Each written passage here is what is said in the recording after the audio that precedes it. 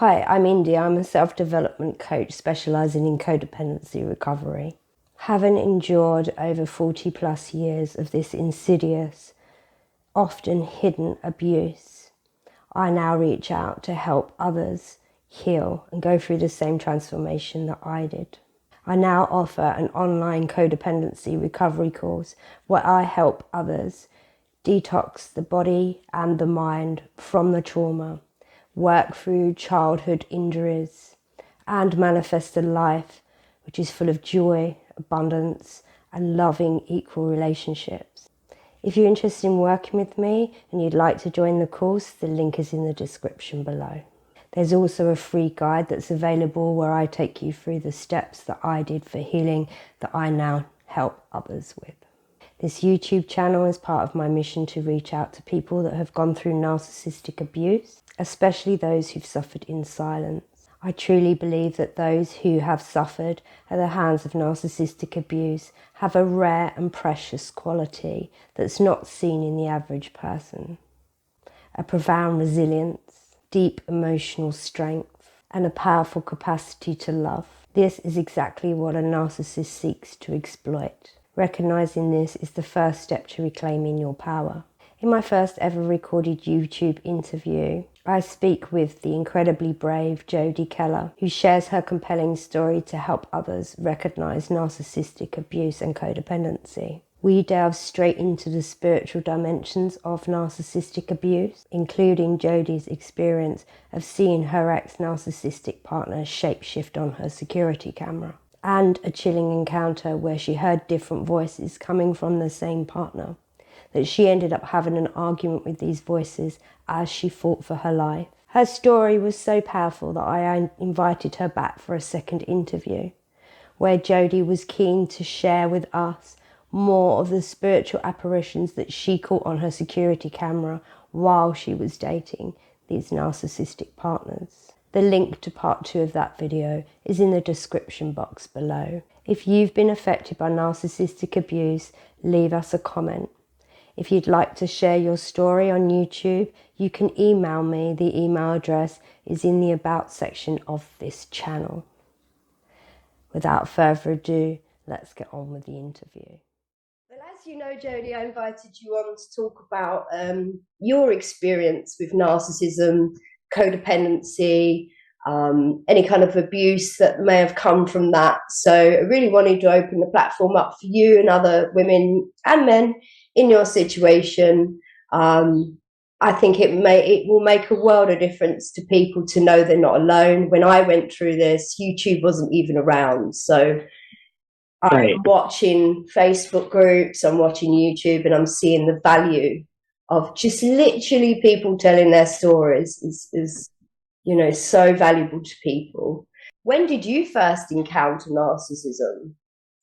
Oh, Lord. Well, my first narcissist was back in 2011, and I was with him for 8 years. I kept staying because of his little son, that even though the mom knew how he was, she would still send him to his dad's house because she had a new husband and wanted her time with the new husband. So every time I would try to leave, the little boy would call me crying, asking me to come home. And I would go back because I felt like I had to protect him. But I also, on my own, I can't put all the blame on him. I had the codependency also, and felt obligated to stay with him because mentally I knew he wasn't right. And in my head, I kept thinking that I could help him, I could heal him. If he'd only see that I won't leave and I'm the one who could love him differently, like many of us do. So yeah, it was a very, very toxic, mentally, emotionally, and physically abusive relationship. How old was the boy that you was trying to protect in this? He was 5 when I started dating his dad. So very And dependent. yes, good little boy. Such a good little boy. I really wish I could have kept in contact with him over the years, but when I left his dad, that also had to stop. How old would he be now? Oh gosh, now he'd be, oh Jesus, in his 20s, I'd say. Okay. So there's So an opportunity for him to have an independent opinion on things now.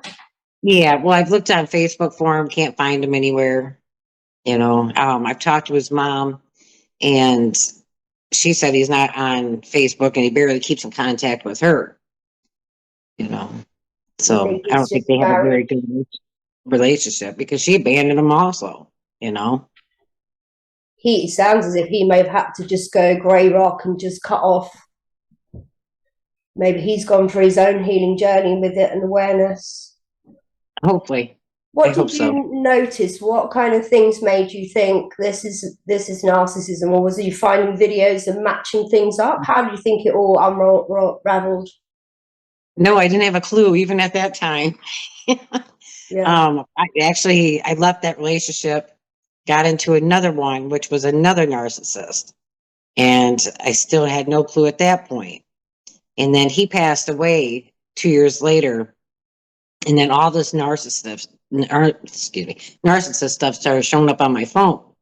And I thought, man, that sounds like this one, and this one sounds like this one. And the more I started digging into it, I was like, oh my God, they are narcissists. So then I started learning about the breadcrumbing, the love bombing, gaslighting, manipulation, and just it was healing, but at the same time it was sad. yeah, I really cried a lot of tears over it because I just thought, how did I not see this? How did I not know this? But the way I grew up, which was in a toxic family, this kind of behavior was normal, so yeah. to me it was very normal, but I just thought I had the worst of it because they were physically abusive, Right. so Yeah. Yeah. Yeah. yeah. It's only until we start listening to other people's stories, and then it's the patterns that seem remarkably identical. Oh It's yes. eerie, isn't it? That it feels like the same entity of or energy comes through these people, different faces, same Yeah, behavior. absolutely. it just it blows my mind because at the time I felt so alone that nobody understood what I was going through or nobody would believe what I'm going through. And now with all these different platforms and the way that I'm able to talk with people, I'm like, oh my gosh, I can tell you right away what that action is, because been there, done that, and now I swear, it's like there's a global awakening of narcissists, Yeah, you know? yeah. And trying to get to the root of what it is. Yes, Because we yes, can't always track this behavior back to them being traumatized themselves. Some of right. them are actually born in quite more of a spoiled environment where they're Yeah. given everything. This might be a bit traumatizing, but if I take you back to that very first relationship, um, No, you no, found I've a done a love. lot of healing. Say that again. I've done a lot of healing to where it's not traumatic for me to go back. To talk about it, yeah. Yeah. Yeah. So, did you find there was a love bombing phase? So you fell madly in love, and or was it not so straightforward? Actually, no. I mean, he did. But what happened is he was living downstate and he came up to I knew his brother for like 20 years. And so I knew of him, but I didn't know that part of him. His brother would tell me stories about him and how he was crazy, as in Detroit, he was riding his dirt bike down the road up popping wheelies, that kind of thing. He didn't tell me anything else. So, I was like, okay, and he was kind of a rough guy, which I always liked the rough guys. And so he came off as this, really fun, let's go have a good time kind of guy. He was coming up for 2 weeks to work on his brother's house. And we went out, we hung out, we had a great time together, And then next thing I know, he was moving up there. And I was like, what? Oh, yeah, we're going to move in together. And I was like, whoa, whoa, whoa, And then his son was right there. So, and he's like, yeah, Jojo, because that's what he always called me, his little boy called me Jojo. And we're going to all live together. And I was just like, okay. I couldn't set boundaries. I didn't know how to set boundaries at the time. And so they moved up. And within 3 months, the abuse started. You know, the mental and emotional started first, then the physical on the third month. So nitpicking, what kind of things can you remember?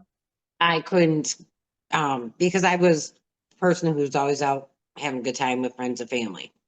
That was put a stop to the complete stop the first month that he was there. He would throw a fit, and I mean throw a fit, calling me names that there was no reason for those names to be called. He was giving the silent treatment. I mean, just those kind of things at first.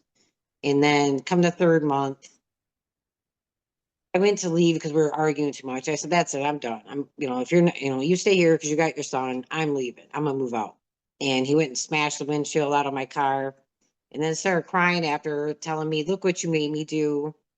And I was like, "I didn't make you do anything. I'm trying to leave." You know. And then I felt bad when he started crying because it was the first time I ever seen a man cry. So I fell right back into it. Okay, fine, I'll stay. Um, Even though I had to pay for the windshield to get replaced. And then the next incident, we were taking his son down to his mom's house in Detroit. And I got out of the car and he said, "Don't talk to that man at the gas station." I said, "Okay." I was just walking by and there's a homeless man out there. And he said, "Hi." And I said, "Hi." And he asked if I had any change. I said, "When I come out, I'll give you some money." That's all I said. I came out, I gave the guy like 10, 15 bucks, something like that. Got in the car. "You are a slut. You're a whore. You want to sleep with him." I'm like, "What?" "I told you not to be talking to him. Now you want to go have sex with him." And I just was floored. I was like, "What are you talking about?" Well, then he took a couple Xanax and he slept all the way home. We got home. He went up to his gun safe, pulled out a shotgun, loaded it, come over, put it to my forehead, and was telling, "I'll just shoot you. I'll shoot you right in the brain, and then nobody can have you." And I just looked at him and I was like, "Then do it. Do it." I said, "I don't know what your issue is, but this is crazy." And he's like, "Aren't you scared?" I was like, "No," because I wasn't going to tell him I was scared. And then I don't know how I got him away, but he went back into the other room and went and fell back asleep. It was a lot of incidents like this. He's choked me right out. I mean, to where I passed right out. He is, one day I went to a park with a girlfriend of mine and her two little girls. When I had told him on Monday that we were going, not a problem all week long. Come Friday, "Well, you're not leaving." I already told these little girls I'm taking the park. I'm going to the park, for a couple hours with them. Well, he was irate. Once again, calling me every name in the book. "If you leave, don't you come back." I said, "Well, fine." So I went and grabbed a duffel bag, grabbed some clothes, and I said, "Well, I guess I'm leaving for the night." And when I come back, because he called me 72 times in 4 hours when I was gone. And finally, on the way home, I figured I'd kind of see what was going to happen when I got home. So I called him. I said, "Hey, you want anything from town?" Trying to act like nothing happened. And he hung up on me. So I was like, "Oh, no, this is not going to be good." When I opened the door, he was standing right there. And the look on his face, I didn't say a word. I just turned around and started running because it was a look I've never seen before. And he's a two-time black belt. So somehow when I turned around and ran, somehow I still can't figure it out to this day. He got me down on all fours within seconds, come around to the front of me and did one of those karate kick moves right to my face, like in the Karate Kick movie or Karate Kid movie. And I went flying through the air. And then I jumped up and I was like, "That's it. This time you're going to jail." And I ran to the phone, but he wasn't running behind me. He said, "I already called him." And I thought, "No way." So I picked the phone. And when I did, the operator was still on the phone. And she's like, Ma'am, stay on the phone." And I said, "What did he say?" And she said, "I'm homicidal, suicidal. Get here before I kill her." And sure enough, as I'm on the phone with this lady, my house was surrounded by cop cars within seconds. And here is outside smoking marijuana, sitting in a chair with his mental hospital bag packed next to him. And all he got out of it was a week's vacation. That's what he used to call it. "I don't care. I'm just going to get a week's vacation out of it." He would go to mental hospital for a week and right back out. So, So they don't care. You could literally see there was no empathy there. right. Right. It's very interesting that he packed the bag ready. He So packed it. how many times has this happened? Oh gosh. He during the time I was with him, he had to have gone to the mental hospital about 10 times because he would get physically abusive and then, oh, I don't feel good in the head. So then they send him to the mental hospital. And he would be making that call most of the Yeah. time. He would be instigating, take me in. Yeah. Do That, you or if I called him, the cops on him, then he would go to jail for the day, but then go to a mental hospital. do you And he feel knew like it. you have any remorse? None whatsoever. He'd always say, well, it's your fault. You shouldn't have said that. Or it's your fault. You shouldn't have done that. I said, they haven't told the cop what happened that day. And he's like, you went to the park and this is what this is about. And I said, yeah, because I took time away from him and attention away from him. So, It was powered by jealousy. It would appear extreme jealousy was the oh, instigator of this whole. it was unbelievable. Yes. I Yeah. mean, I couldn't talk to a guy, look at a guy. He chased one. We were at the bar playing pool one night, and he chased a guy around the pool table because the guy touched my arm in a very nice way. I was like, "Oh, good job," and just swatted my arm. And he chased the guy around the bar and got barred from the bar for 30 days. And I've never seen jealousy like that in my life. So your nervous system must have been wrecked. You are this It was constantly. You don't know what you open the door to. right, right. I remember. I don't know if there's one night. I'm telling you, God gave me a sign, clear as day, because it was thunder and lightning outside. And I looked at him, and just as it was lightning, seen the devil's face on him, clear as day. And I was like, whoa, I tripped out. I was like, get away from me, get away from me. And he kept telling me, oh, it's just, the light. And I was like, no, not what I just saw. That was not the light. So It, you approached him instantly when you see that. And when you spoke to him about it, what feeling did you get when you confronted him? Was he covering up, or oh, he would laugh. He would laugh. generally didn't know? Do you think he knew? No, oh, he would laugh about the whole thing. And, when I brought that up to him, he would laugh and laugh. He thought that was the funniest thing ever.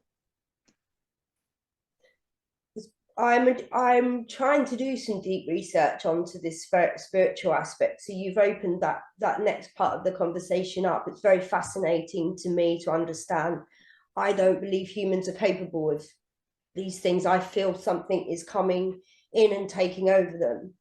And Oh, when I you believe then it. approached him, is then trying to work out, does he generally not know because he's being something's going in, so he's pushed, his soul's pushed out at that point, so there's no recollection, or do they know and have to keep it down all the time? Right, right. See, with him, I think he just knew that he could get away with it because people were scared of him. Because, I mean, the guy had a history of he blinded this man, clenched a fence or a fist at him, and he blinded the guy in one eye, broke his back, and did something else. The guy was permanently, and he got 6 months in a mental hospital that time. But so I think he knew that he was crazy and everybody knew it. So he knew he could act like this and just go to a mental hospital. If he actually had to serve maybe jail time, maybe then he would. Well, I can't even say that. No, I don't believe that. He still would have No. acted like Yeah. that. And you if there know, is there is a facial disfigurement, which is what a lot of people are coming up with now, and I've seen this myself. have you? My mother, yes, her eyes completely changed color from a very sky blue to jet black. And she stared across, never seen me for 20 years, stared at me across a car park at a funeral, has no recollection of seeing me, but her eyes turned. I can't even get that vision out of my eyes now. They weren't her normal jet black Oh, eyes, and she just kept them on me across the whole car park. And when I said, you see me, you didn't even acknowledge me, she didn't know I was there. That's her story. That's why I ask with you is, one, do they know? Are they pushed out of the body so there's no memory? So what did you actually see, do you think? Your story just gave me goosebumps, by the way. Say that again. I said your story gave me goosebumps. I got goosebumps when you told me that. So It does trouble me that I didn't see her for 20 years. Oh, I didn't know it was you. I don't, but how you could know your you not child. know? You know your own daughter. But then it Yeah, makes me wonder if she wasn't even really there or part of it right. was there. She played around with a Ouija board, you see, when she was a child. So I don't know if a lot of this has come back to haunt her. So what do you think you Yeah. see in it was a devil's face? What do you think? Oh yeah. It was, I mean, it was definitely the devil's face. It was just pure, but it wasn't his face at all. It wasn't, just like his eyes turned black or, he looked mean. It was a totally different face on him. It's a look I'll never forget, I'll tell you that. But Yeah. anytime that he was doing anything physical to me, like his eyes didn't change either. I mean, they would get a different look to them, but they didn't change color. Slightly personal question, but did you see any disfigurement in sexual activities at times? Or did you No, seem no. fairly warm and normal at that point? Yeah, he was normal there. Yeah. See, there's something that makes us want to be with these men or women in some cases. They have a natural charisma, don't they? I think. So, what were the qualities you think that drew you in? Well, mine were because I had unhealed trauma as a child, and I was brought in because of all the toxicity in my family. And then I didn't heal. I didn't know how to heal. Nobody ever taught me how to heal. I did go see a counselor when I was younger, but then I learned to manipulate the conversation. So that way I didn't have to talk about it anymore because I didn't want to talk about and so then to get away, and then because I grew up in foster care and I've been abused by my dad. Then I went into foster care and then we got taken away from my mom. Well, we got taken away from my mom because of neglect. Then we went to foster care. And my foster care experience was pretty good. So it wasn't toxic like a lot of people have that problem with. Um, and that's where I got my counseling. But like I said, I don't want to talk about this anymore. It was uncomfortable. And so then when I got sent back to my mom's house, I didn't want it away from her, and then I just got into whatever relationship I could to get away from her. And then I started the drinking, and then I started later got into drugs and just making bad decisions left and right until the last couple years when God was like, "That's it, you're done. You're going to heal." And it's been the best. Well, can't say the best, but it's been a rough couple years, but the best outcome has happened. And I'm now healed where I can help others, and I Yeah, absolutely love it. yeah. So again, you only talk about what you're comfortable with, but I want to take you back to your childhood. Yeah. So you said that you believe this all kind of started from your father, and he was Right. sexually abusing you. At what age do you feel, or do you remember this happening? It started at age 3 until I was 10. I can't Yeah. even imagine. So you left the first guy. You got away. Did you? I think we're going a bit choppy changing at the moment. I apologize for that. So, but you left the first guy. Did you yourself? You managed to get out yourself. I did. I came up with a plan to put everything. I rented a storage unit and things that I really, really wanted to keep. I would act like I was donating to Goodwill. So when I would leave for work that day, I'd be like, "Oh, I'm gonna drop this off at Goodwill today," and I would actually go put it in my storage unit. And then when my storage in the box, when one was full, I would ship it down to Florida where I was moving to. So that way, when I went to leave, I didn't really miss any of my favorite things. And then I was going to act like I was going to work and I was going to go hop on a plane and leave. But his grandma actually ended up dying that same week. So he had to go down to Detroit for a funeral. And so when he left, I left. So yeah, That was another helping hand, wasn't it? It gave you a clearing and some space to get out it quickly. did. It did. Yeah. It worked out perfectly. Did you have any comeback from that? Did he try and follow you, chase you, find you? No, the phone calls were a little crazy, Yeah. but his daughter, his daughter, whatever his daughter would tell him to do, he would like listen to her. So we're talking about the first relationship here. So he had a son, and now we're talking about he had a daughter. So the daughter was older than the boy. Yeah, yeah. And you were saying that she rolled the roost a little bit. Did she over him? Yeah, it was the craziest thing. I've never seen anything like that before, and I still don't understand that part. But he had three older kids, and then there was a huge age gap there. But yeah, she would tell him what to do, and he would just behave. It was strange. I mean, it was almost like a husband and wife relationship kind of thing. What age was she? Oh gosh, she was in her 20s at the time. So she was an adult enough to be spoken to. So it kind of points to where maybe his relationship was with his mother, that maybe the mother was the instigator of causing him to be a narcissist, and maybe the daughter looks like she was in training for such Right, a right. position. Well, I do know his mom was a bad alcoholic and really mentally and emotionally abusive. But because I've tried figuring that part out, and what it is, I don't understand it is because how come the brother, his brother was completely normal, so why would one and not the other?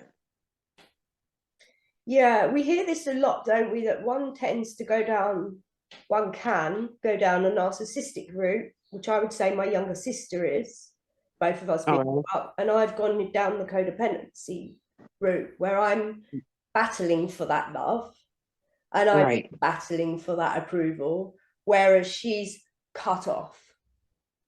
So Oh, I think that's possible that the two you married you're with the wrong brother for a start. It makes you right, wonder what your life would have been like. But no, I think these things happen for a reason. This is an education that you were ready to take on about this part of the world, the spiritual aspect right. of it. Yeah, so where were we? So you found that she was kind of ruling the roost, the daughter. She would Hmm. listen, maybe in kind of training. You got away, and he was semi all right, apart from just hounding you on the phone calls and everything. Right, How long right. was it between that relationship until you met the next guy, the next? Well, the other one I kind of knew ahead of time, because I actually come down to Florida to be with him because I was jumping from relationship to relationship Yeah. instead of being healthy and taking time to heal. And he died 2 days later after I got down here. And then about 3, 4 months later, I got with Will, and he's the second one that passed away on me. But he was 2 years later that he passed away, and he was definitely a narcissist. And I have pictures of him with the devil's face on him. Actually, I have a camera. I had a camera in my house, and as he's walking by the camera, his whole body is normal color, but his face is black with a horn coming out of his head. And I've had this picture sent away because the landlord did not believe me because in that house there was all kinds of different stuff going on. But on Will's body, there's like it's not a mask, it's his face, but it's black with a horn come out of its head. And when I had it sent away and looked at, they said, no, has not been edited whatsoever. But there's actually two faces, which I have a hard time seeing, but when they analyzed it, they said, no, there's two faces. But you're right. One is a devil's face with a horn coming out of its head. But then there's also a face facing that one. So And I for was like, the viewers, we want to just make sure that this has happened, this facial disfigurement you've witnessed in this stories that you've told us so far twice. One was yes, where the lightning episode with the first partner, then you had a second partner very quickly that died. You went to the next one, and this one you actually have photographic evidence of a facial disfigurement. yes. Do you have that photo still, Jodie? And is that Oh, something you would want to share? Is that going to be oh, I can share it. Yeah. I mean, not at this moment because I don't have sure? it on. But Sure, yes, I you still do have. have it. That's fascinating.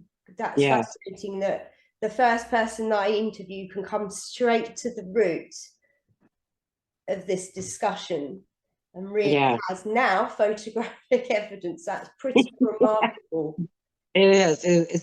It scared me. Yeah, you yeah. know, because I was like, this is not normal. And he's like, oh, it's just the camera. I'm like, It's on just your face. It's not your whole body. That's the crazy part. In the time that you took that photograph, was he in a strange mood, or was it just a casual take of a photograph? No, it was just him walking past my Just camera walking by. in the house. Yeah. So we were actually getting ready to go out to dinner. That's remarkable. So then you said he died. Is that drug related? Yes. Yes. They said that he had fentanyl in the system. Because if we look up the root cause of the word pharmaceutical, the root etymology, it does mean witchcraft and sorcery.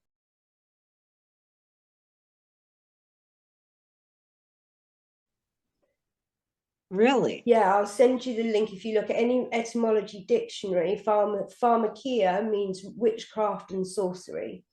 So many people that I've heard about this disfigurement, and a lady that was traumatized who actually felt like something came into her body, these people are on dark drugs, heavy drugs at the time. I'm wondering if there's some kind of portal that's opened. But then relationship number one, he wasn't into drugs, alcohol, was he? That he was quite clean in that sense. Well, he smoked marijuana. That was it, though. He would never touch anything else. It's fascinating. Yeah. See, from what I learned, it, I get messages, and from what I've learned is that they were sent to my life to trigger all my childhood wounds, and for me to take my power back from it and learn to heal those. And it worked, once I realized what was happening. And but I had to go through them for the knowledge and the growth. And at first I was angry about it. I'm like, why would anybody do that to somebody? There's a different way to make me learn. But now I'm like so much stronger than I have ever been in my life Yeah. because of that knowledge and the growth and the healing and the work. And you've seen an aspect of the world that most people never see. Yes. And I Yeah. think you must have been mentally prepped for that. And also you were ready for that information, hence why you've taken it on. This sometimes ends in suicide for some people, doesn't it? Because it gets so bad. Yeah. Well, after Will died, oh, I became suicidal, very suicidal, because I was over my limit, and I kept thinking, they say God says he wouldn't send you anything more than you can handle. And I was like, I'm at that point. I can't do this, because just everything just right in a row, and then I actually went and seen a shaman, and she did spiritual cleansing on me. I mean, because before this, I couldn't walk, talk, or think straight. I wouldn't even drive because I was afraid I was going to kill somebody, because everything, I was kind of like dizzy, like almost like drunk, but without drinking. And when she did the cleansing, she said she pulled off like a tar, and my ancestors had to pull or come forward to help pull it off of me.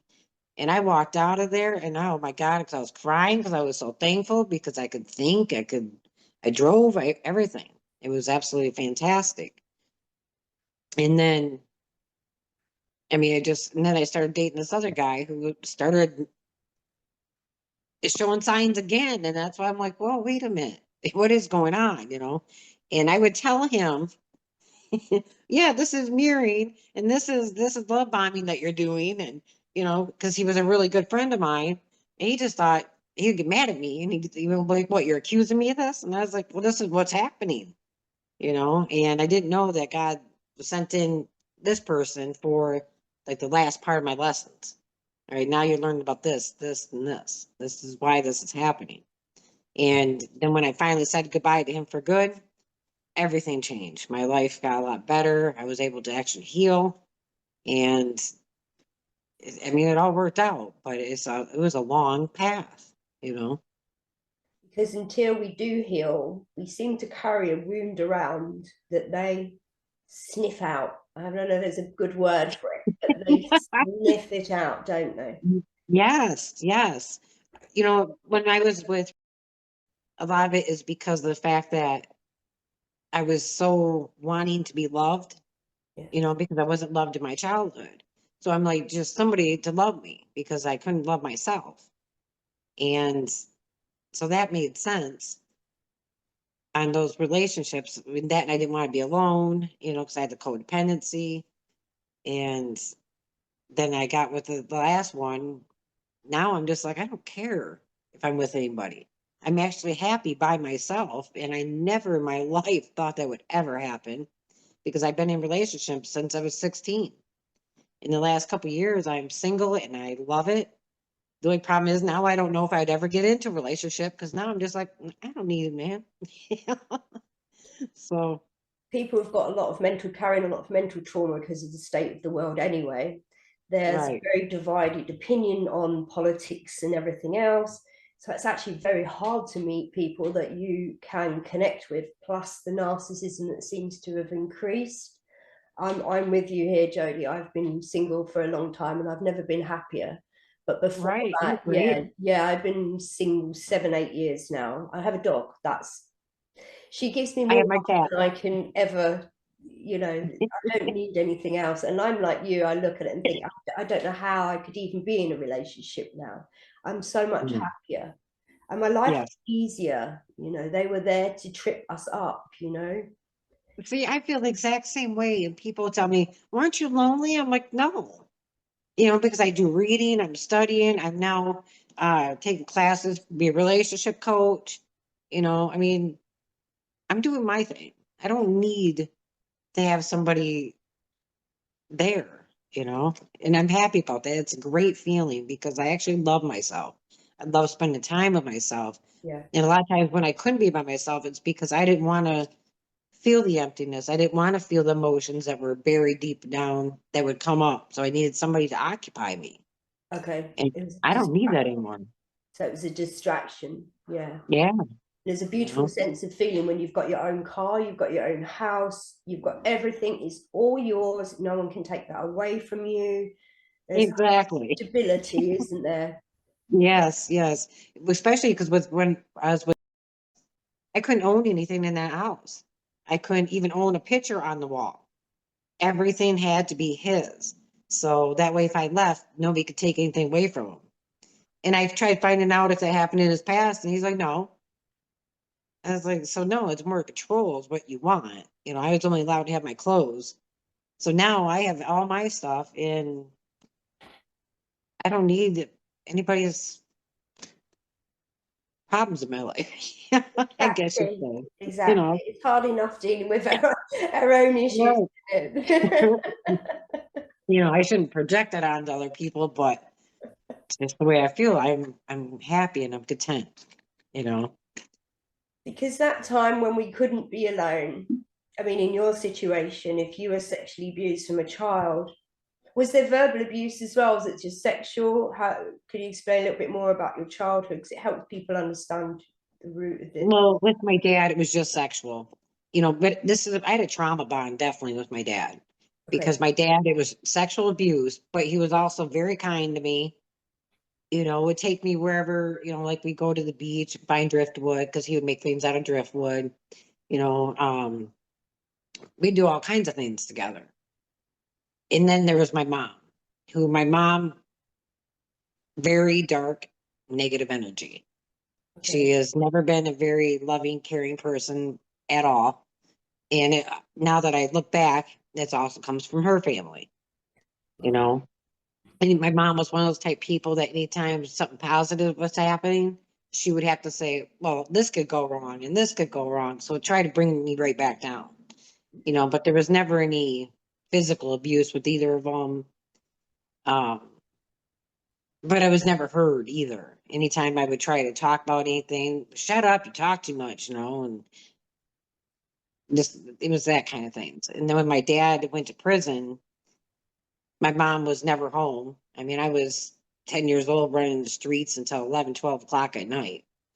I would have to eat at a friend's house to have something to eat because she never fed us. She never nothing. So when I was removed, it was a blessing. I mean, it didn't even bother me to go. I was like, okay, let's go. So then I went to a foster home that was great. They were really good for me. Um, they did a lot of things, a lot of positive things. It showed me that this is what a family is actually like. So that was nice to see. But then my foster mom once in a while would get kind of cold and just pull back her energy. And I didn't understand that. So I was walking on eggshells a little bit once in a while here and there. And I got one time during a visit from, the caseworker, she was like that. And I told my caseworker, because I was fed up with it. I just constantly felt like I was trying to people please. And, Mm. so I was just like, I'm tired of this. So I told her I wanted to leave. Well, then about 2 weeks later, I came home from school and all my stuff was packed. My foster mom and my foster sisters and the dad were all in the kitchen crying. And they're like, we tried changing their mind, telling them it was just the mood you're in, but they're moving you. So then they moved me into another foster home where it wasn't bad either. But and by this time I was 15, and this lady, I was playing sports. I mean, I had I can't think of the name, basketball people coming to watch me, wanting me to go play at their school and stuff. And this lady was trying to put me in corduroys and cardigan sweaters, and I'm like, no. So we battled a lot, and then I started running away. I was stealing cars. I walked 104 miles in like a week's time to go downstate. And then after that's when the court said, listen, you're going to keep running away. So we're just going to send you back to your mom. Well, I got back to my mom's house. I automatically hated it because it was just negative environment. I had headaches when I was around her, everything. And then I met my first husband.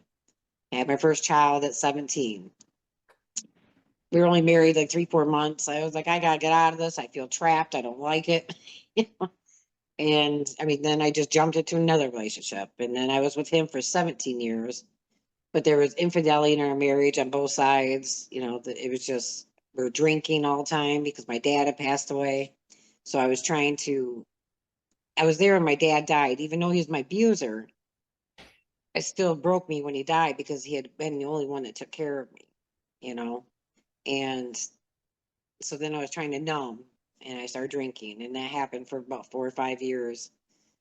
Long story short, it was just one thing after another, and then the narcissist and then the other narcissist. It's been a Yeah, long, narcissistic seemed were always there. It was just we didn't really know what that terminology was, wasn't it? And if you go no, back I to didn't have a probably clue. your parents, your parents' parents, your parents' parents, we've become Right. generational curse breakers. This generation, I've noticed. Oh, yes. Yes. Many people are waking up. Many people are healing. And Yeah, it's so cool to watch them heal and take their power back from what happened to them. I love it. I love that part. It breaks my heart when I see people still stuck in that situation because I just want to pull them out and be like, come on, come be safe. So, yeah. I think financial is the one that keeps everybody locked in, isn't it? It's the first thing I check is, are you financially capable of looking after yourself? Then there's no excuse. Go. right. You sort the rest out Yeah. later, get to safety. Yeah. So it really messes with your head. I mean, you had absolutely no normal plateau of reference at all, did you, from a very young age?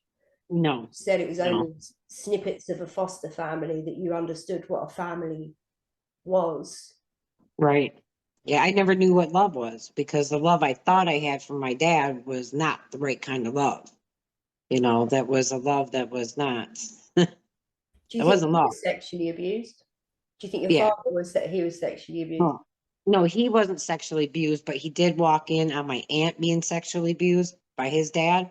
You said your father went to prison in the end, did he? Was that for what he did to Sexual you? abuse. Yes. Yeah. Actually, when he went to prison, um, he actually got diagnosed with brain cancer while I was in there. And then I felt really bad because here's my dad in prison because of me. Now he's dying because of me, of this brain cancer. So I became suicidal. And they put me in a mental hospital for a week. And I actually got kicked out of the mental hospital because I was trying to tell them this is not working what you guys are doing. They put us in these big groups and nobody really got to talk about what's going on. It's Right. like I need more than this. We need individual, we don't send me to a group and here's a pill. This doesn't work, So they Yeah. kicked me out of the mental hospital, and which was crazy, and that's actually, I think, when my foster parents got me into individual counseling, because I was like, that don't work for me. Yeah. Yeah. As you But said, yeah, a room full of people. How can anyone tell their story? right, right. But I felt bad because, here he was in prison because of me. And I mean, now I could look and say it wasn't because of me, it was because of what he did, you know. I'm But I not in felt bad. prison. Everyone else is not in prison. It's what he did, wasn't it? Right, right, Choice there. And he knew when he was doing it that there was a risk of that.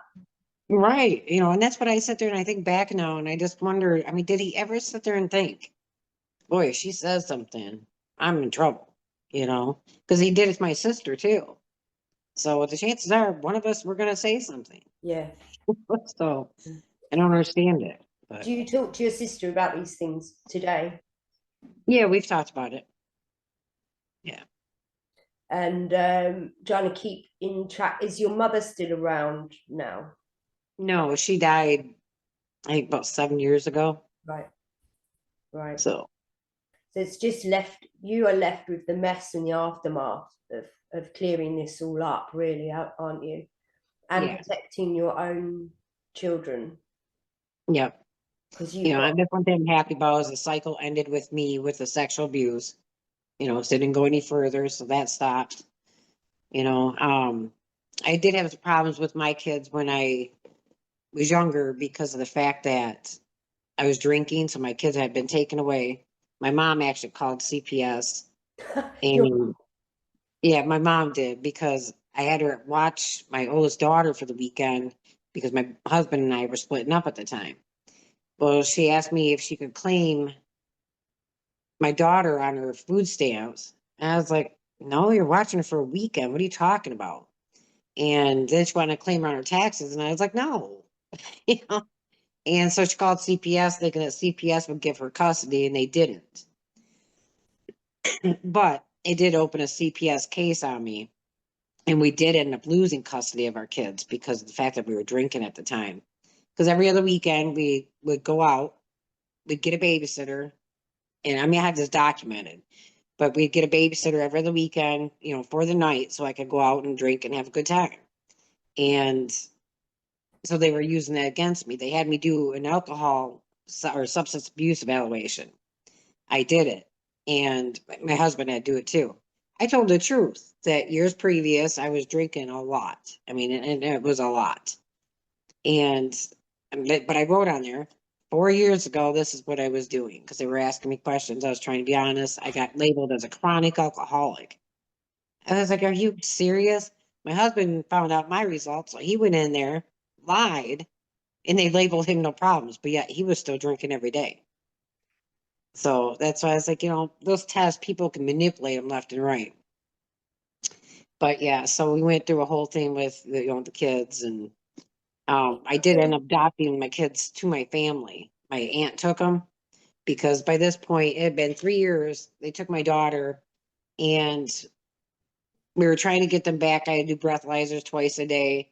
I mean, just all kinds of stuff. And the caseworker told my aunt, well, if you come up with things against Jodie, you can keep her daughter. Well, my aunt told me this, and I was like, what? But yeah, but it was 3 years of doing this. Every time we would jump over a hoop, they would throw another one. And I mean, it was just constant. And so finally we talked and we said, listen, we need to let these kids, because they were calling people, us mom and dad, people up at the CPS building, mom and dad, my aunt, mom and dad. I mean, it was crazy. it's a mess. So yeah, but I'm still in contact with my kids every day. I get to talk to them, grandkids, stuff like that. They stayed right in the family. So it ended up working out. But And you think they understand things now? Do they even know what happened to you? I mean, how did you? yeah, yeah. My daughter, I think, is the first one I ever like truly opened up about the whole thing. And now that's the problem, is now I don't get to, I have to watch. A couple of my kids are going through rough times in their life, and they have anxious attachment. And it all stems back from me leaving them as when they were a child.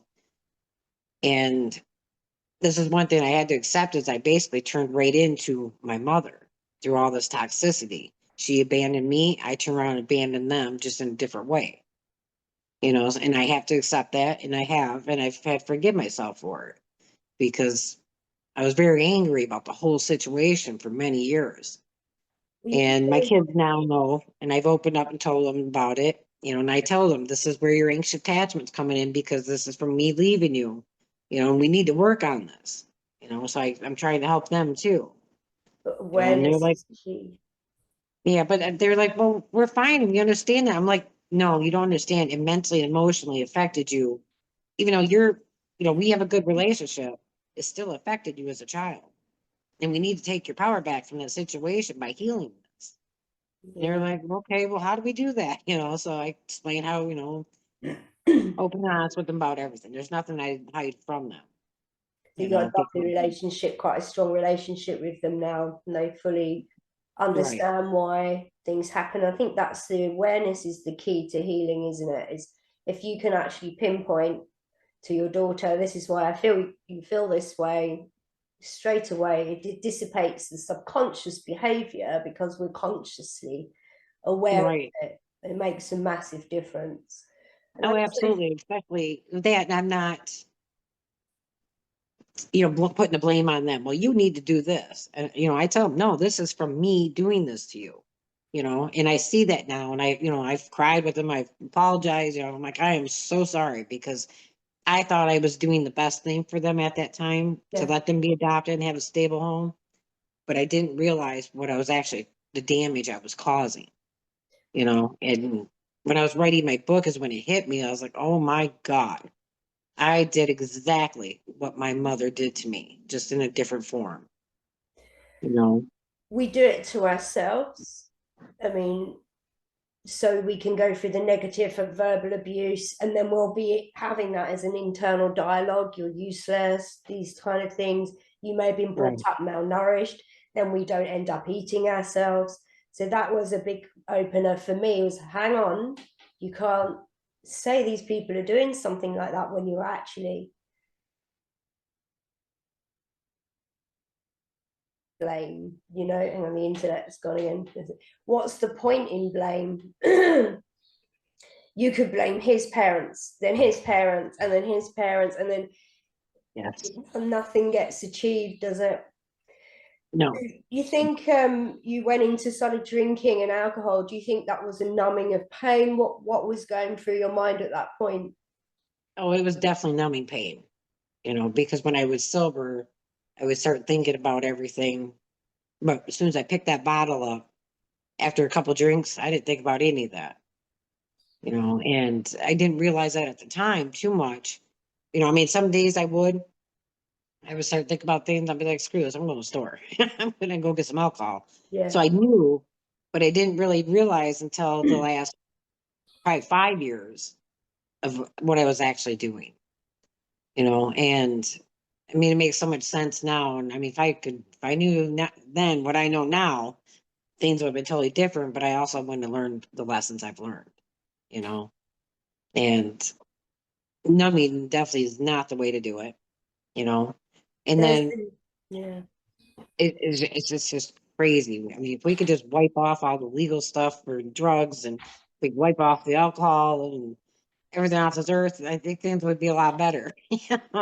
So, It also doesn't make you feel better. I found it put me. I used to drink red wine, and it put me in a very dark place in the end. Consistently oh, drinking did it? like that. Yeah. Yeah. Well, if something negative would happen to me that day or something was brought up with my kids, oh gosh, then I was a crying drunk, Yeah. it was not good. Yeah. But What did you immediately stop that, or was there a process, do you think, that you went through to clean up that way? no, what was really strange with that, because I was drinking a fifth of vodka a day. And one night I got a gallon of vodka and I drank over half that thing that night. The next day I woke up and I said, that's it, I'm done drinking. And I just quit. It was it. Everybody's like, what? You can't just do that. I was like, well, I did it. I'm done. And I did. I quit. But I don't know. It was time to quit, What So kind of things helped you, healing modalities? What kind of things do you think didn't work for healing? What's been your path for healing? The shaman I was one, wasn't it? There's what? The shaman was one Well, step. that was good for pulling off stuff on me, but I don't know if you want this on here. But actually, when I got with Will, we both started doing meth because of passing. I was then trying to numb that pain. And I started doing meth. Um, and I was on it for about 3 years. And after I passed, like I said, I was still on the meth. And I thought, when I was being drunk every day without drinking, I thought maybe it was meth, but I was barely smoking it. I mean, I would smoke it in the morning just to get motivated to go, to work and stuff. And I thought, it's not that. Well, then after I started dating the third guy, we got together. I thought this was definitely the guy because he was godly, really good guy in my eyes compared to everything I had just been through.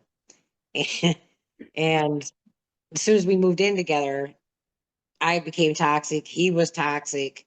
We were battling toxicity pretty much. To come down to it. And he left, and I was devastated.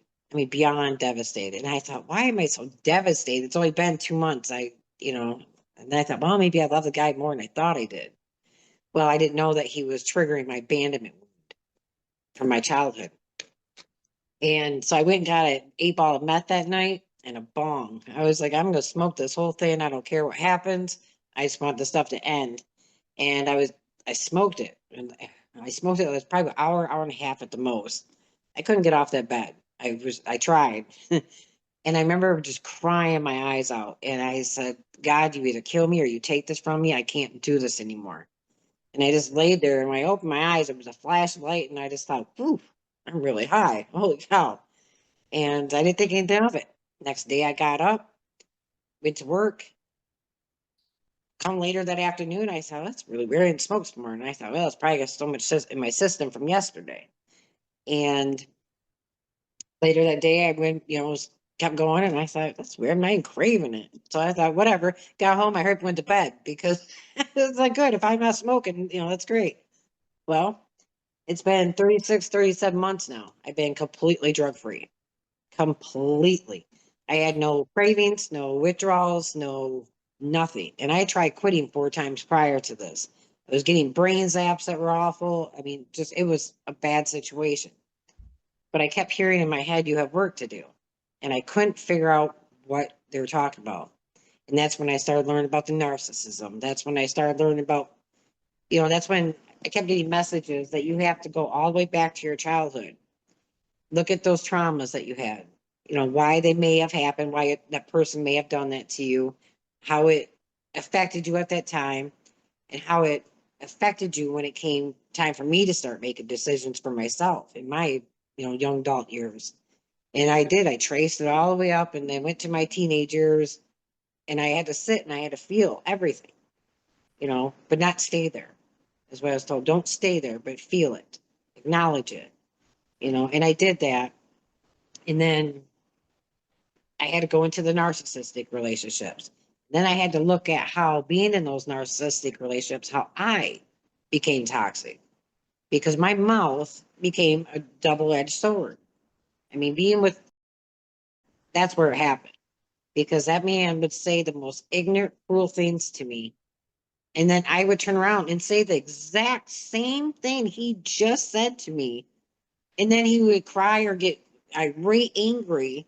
And I'm like, you just said that to me. you know, I don't care, how dare you? And oh my God, it would trigger me. So towards by the end of the time I left there, I could cut somebody off right at the ankles and not think twice about it. And at the time I was kind of proud of myself that I could do that with him. But at the same time, I could turn around and do it to anybody and not think twice about it. And that is so toxic, instead of just walking away from that relationship. But that's what God put me through all that healing and took me off that drug, because he's like, no, you're going to do this and you're going to heal. So that way you can turn around, and help other people. Yeah. And that's what I do now. Yeah. Because Mhm. you're writing a book now, aren't you, Jodie? Yes. Yes. It's going to be out soon.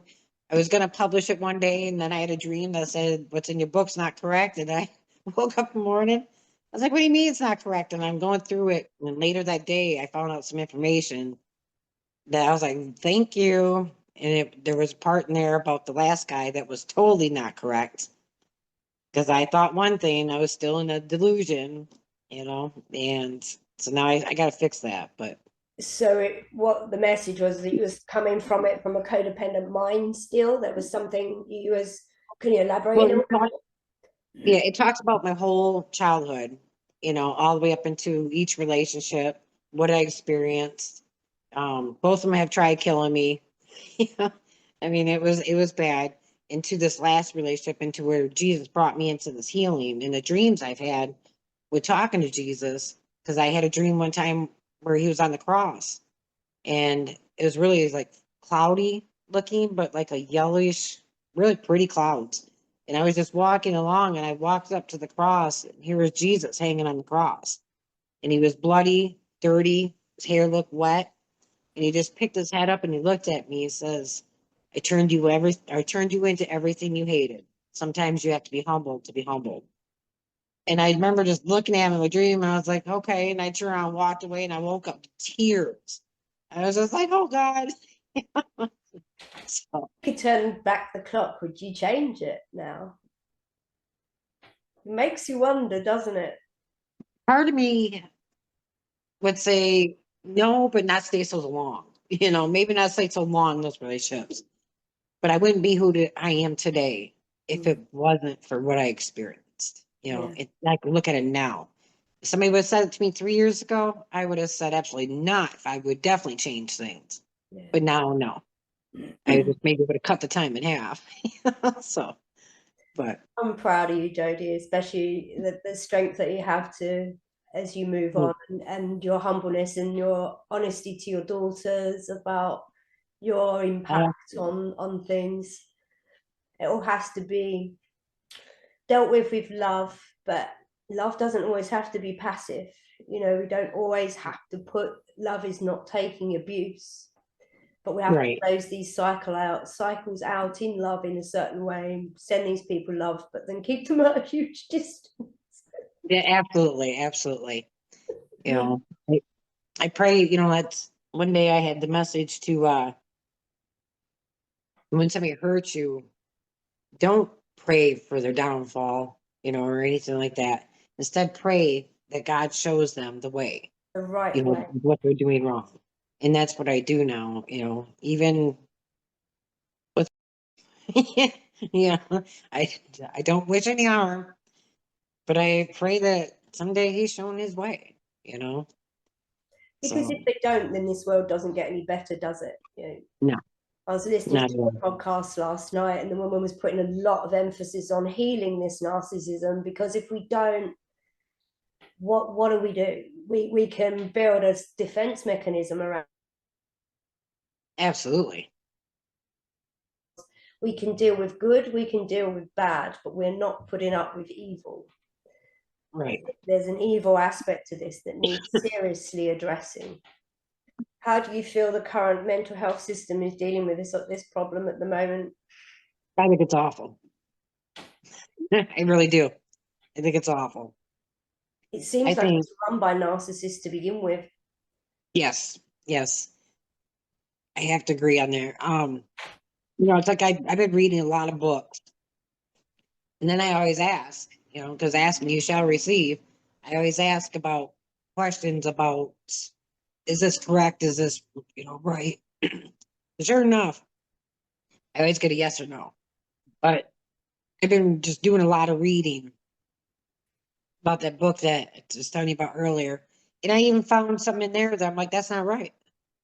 So I was like, oh, why can't somebody get out there and tell the facts about everything that Mm. is absolute truth? Mm. We all have our ideas and, what's proven and not proven. when it comes to the fact that you've got photographs of people's faces shape shifting into something else, it shows that there's a massive aspects of this subject that's being hidden in my belief. And I believe that the bigger structures, the political structures that we have, is run on the exact same system. Our education system is very much the same. Right. It's just rooted in everything, isn't it? It needs a whole good clean out in some ways. Yes, absolutely. I agree with that. Yeah. There's a lot of misinformation about pretty much everything, Yeah. in every different aspect. There's misinformation and they make it sound good. So everybody believes it. Yeah. Yeah. We can all word something correctly and people are like, oh, really? And Yeah. you're lying. I mean, you can do it, do it. Yeah. It's sad. YouTube kind of scares me sometimes because there's a lot of misinformation on there. Yeah. I don't like that at all. Do you have any channels So, that you do like, ones you avoid? is there what? Do you have any good channels, bad channels, the ones that you like, dislike?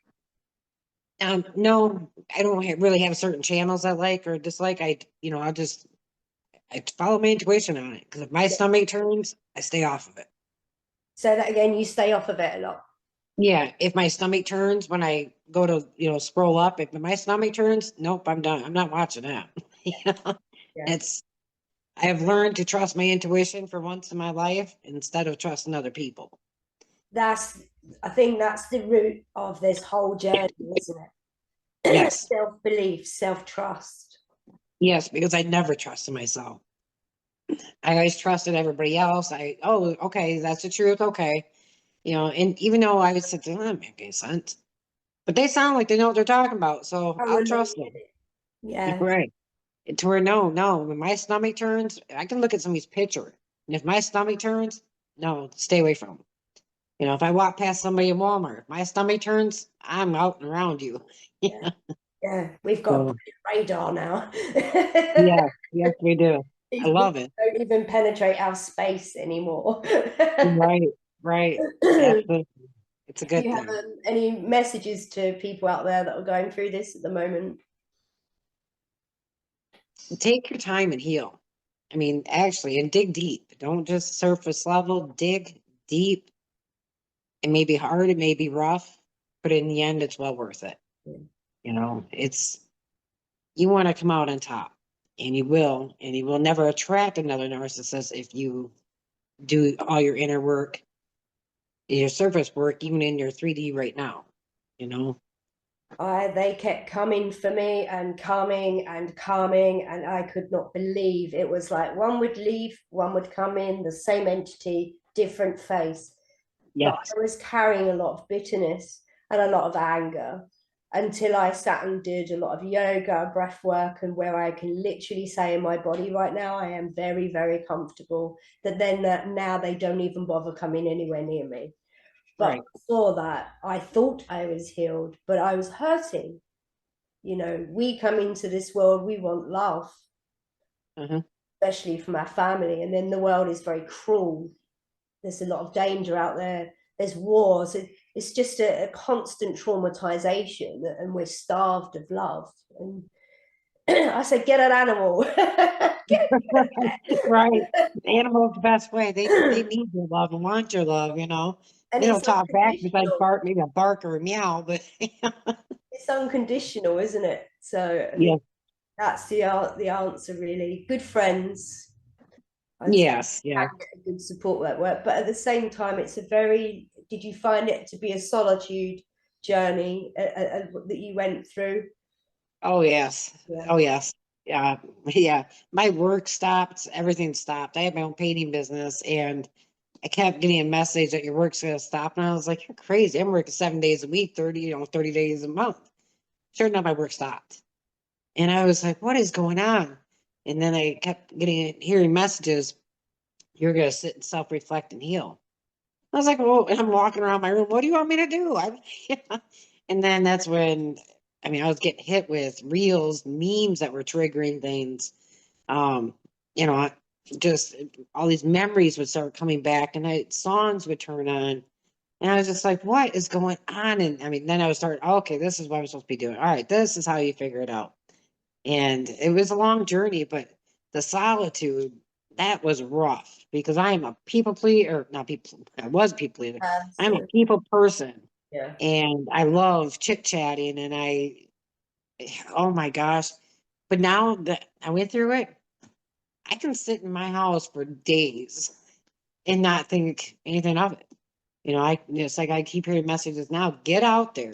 It's like, no, I'm good. Yeah, we've gone the opposite way now. We're like quite comfortable. Right.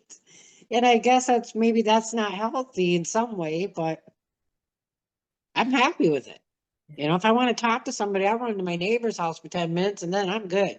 Yeah, You know, so, yeah, but I think he's trying to talk me into getting out on social media more and start making videos and yeah, all that fun stuff, you yeah. know. Well, I hope that I've given you a launch pad for that through Oh, this thank you. Yeah. conversation. If you know you're in one, one step every day in the right direction, in 1 year, you can be somewhere totally different. It's easy to sit and make excuses because we don't want to go into the unknown and to the uncomfortable stage. But you're kind of already in that when you're with the nurses because you don't know what's going to happen next, and it's toxic. So Worse. I mean, I yeah, was scared to be alone. Now I'm like, where did I find the strength to deal with that? right, right, yeah. So And without that yeah, solitude, I think we both commented on a Facebook post a couple of weeks back about solitude. Without that, if I wasn't cut from them completely, I don't think I would have fully healed, because no, you alter yourself and you don't know you're doing it. You're edit yourself in a way. Whereas now they're not there. Oh, now I know what my favorite color is. I know what I like. I didn't know these things before. I didn't even know they mattered.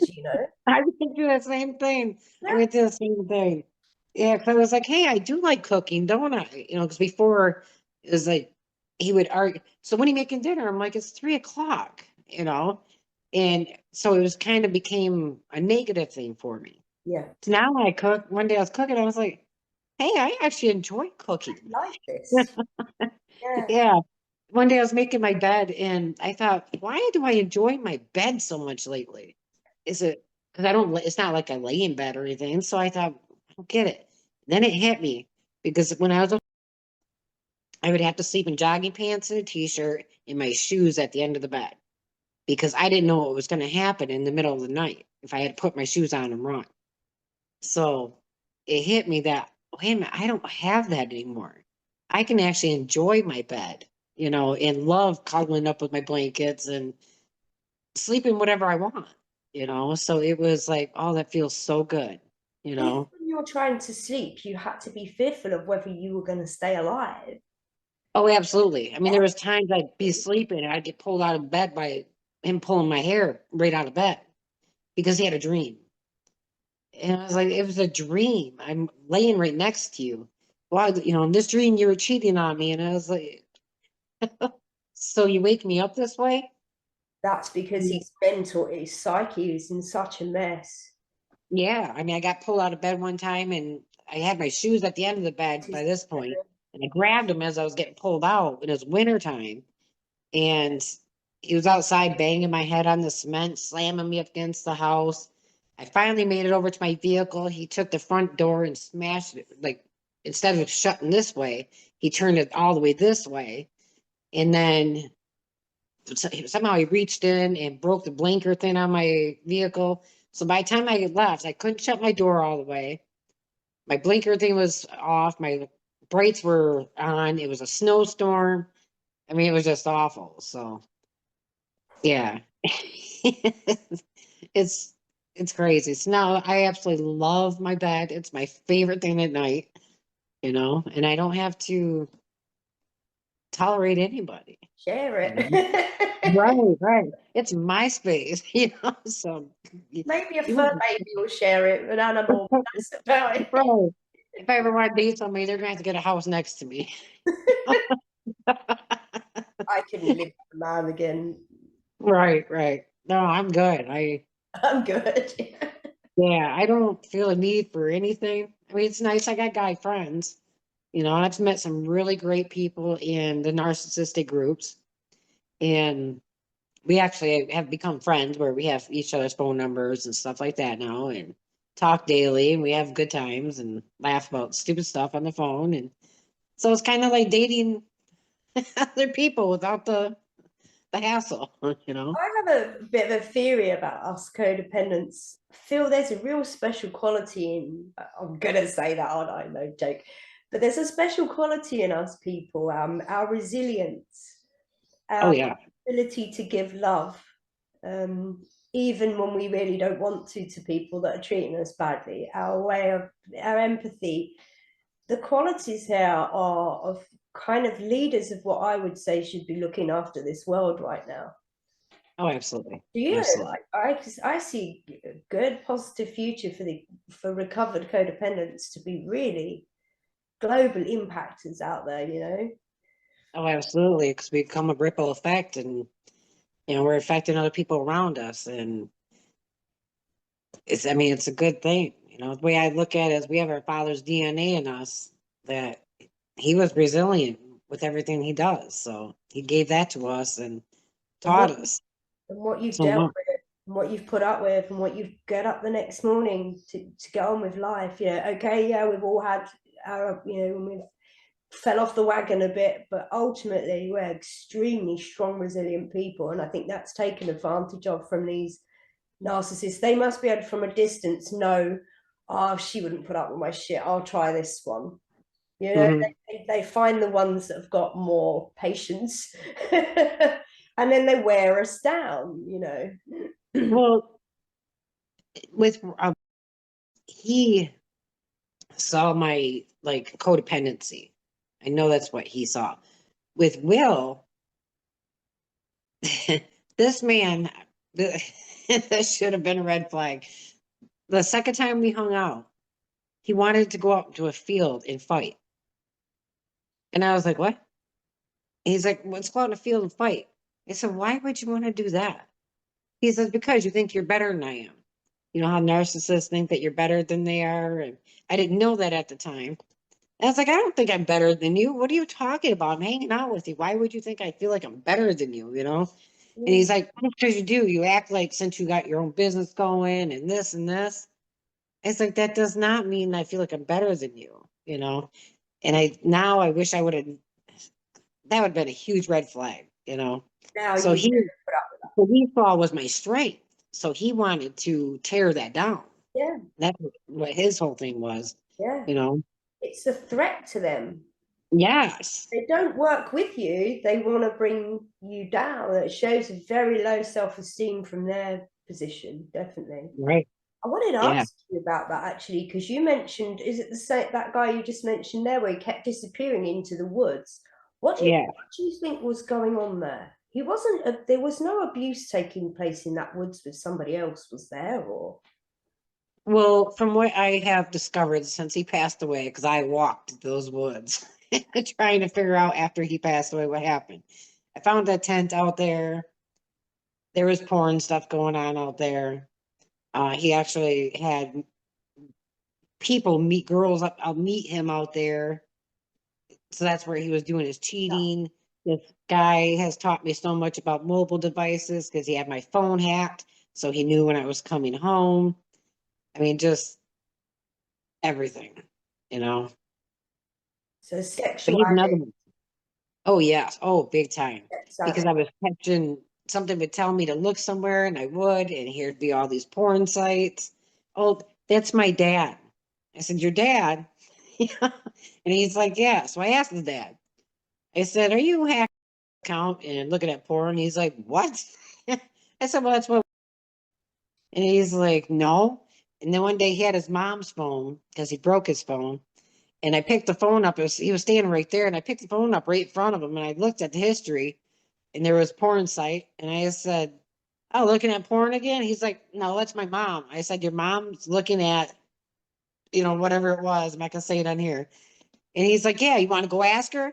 So I was standing next to the door, and I hurried up and I took off running next door, and I slammed the door behind me so it would stop him for a second. with barge in the room. I said, do you look at, whatever the website was? And she's like, what? No. He come in there. Oh, he was furious. And all I could do is laugh. I said, your son's telling me that you're looking at this porn site. She's 70. Yeah. And because he's lied, he's now caused a situation where everyone's been announced what he's done. Yeah. Because you've gone round and said, have you? Did you? And huh? Oh yeah, it was bad. He was constantly and then he turned it on me. Well, then you're looking at those sites and blaming it on me. I said, I don't watch porn. I said, and I don't even, it was some Asian thing. And I said, and I'm not, into Asian people. No offense. I'm not, it's just thing.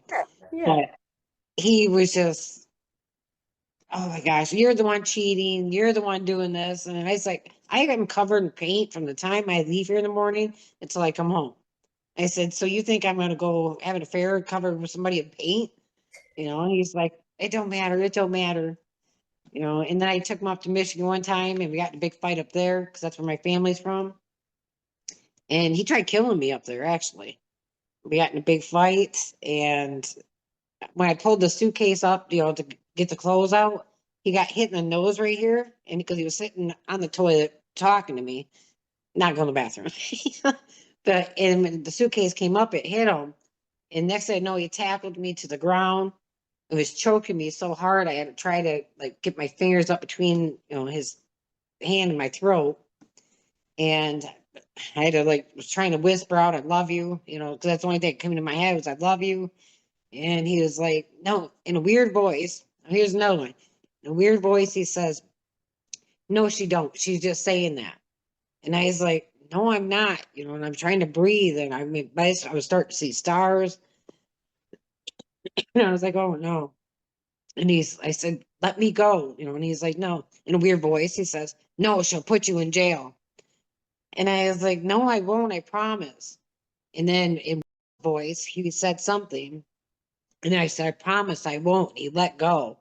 And I had marks all over my neck because that's how hard he was squeezing. But it was like with his elbow. I mean, just so hard. I got up and I ran out to the car and it was like nighttime in an area I didn't know where I was at. So I just took off in the car and drove around in circles because I didn't have a clue. It was out in the middle of the woods. Long story short, ended up having to get him back to Florida. A couple weeks later, we got in a huge fight again. He ended up telling his parents about what happened in Michigan, and they were like, "Holy cow!" And they were like, "Jodie, you got to get away from him," because he also did the same thing to his mom, freaking at one time. So yeah, but then he died a week later. So the internet broke up a little bit then, but I think you were alluding to a full-blown there was a conversation that he was replying to an Yeah, entity. There was a conversation going on there. yeah, oh yeah. It was his voice, and then a different voice, and then my voice. I mean, it was just like, And then you said something and the internet broke up. What did you say then? oh, he said, well, 'cause I told him, I said, let me go. I can't breathe. I said, I love you. He's like, no, she's gonna put you in jail or something like this weird voice. And it was like really fast, like, I was like, what the heck? I never heard that before. And then I was like, I will not. He's like, don't do it. Don't do it. You're gonna go to prison. And then he says, no, she wouldn't do that to me. And then I was like, no, I won't do that to you. It was strange. Yeah, we're this is confirming more and more that you've got photographic evidence and you're hearing a conversation going on. There's a double psyche thing happening here, isn't there? Oh yeah, it was weird. It was weird. He would always get, not always get, but sometimes he would get, his eyes would turn black, but he would just switch him to somebody totally different. His was totally different than what was. So, because was just a jerk all the time. Yeah, yeah. We're sweet time, but then turn into somebody totally different. It's fascinating. I hope we get to the bottom of this at some point. Yeah. Well, I've been trying to figure it out, but Hmm. um Or I do kept we the same already message one day. know? Huh? do we already know? I Right, mean, if right. you're seeing horns and faces in pictures, then Yeah. Yeah. It's just, that's why I always have to wonder, I'm like, am I attracting like these demon things or what, you know? I Because believe there's a lot of cleaning up that's required on Earth at the moment. So I don't think it's by accident that you're getting, both of us or lots of people are getting tasters of this. It's like this is an introduction to something much bigger that's happening in the health system, right, education system, in politics, in law, and all the way up, right. possibly. Yeah. I don't know. I never looked at it that way too much with I lose my voice again. With the demon face thing, you Yeah, know? It's yeah. crazy. Well, that is a fantastic conversation. Thank you so much, Jodie, for taking the time to talk to me today. And I hope that's the first of many conversations that you and I have, because I think Absolutely. this one we kind of peel back another piece and then we peel back another piece. So I think on a get to Right. know each other basis that we will be able to do a lot more. Can any people expect a date for your release of your book or a title, or what can you tell people about that?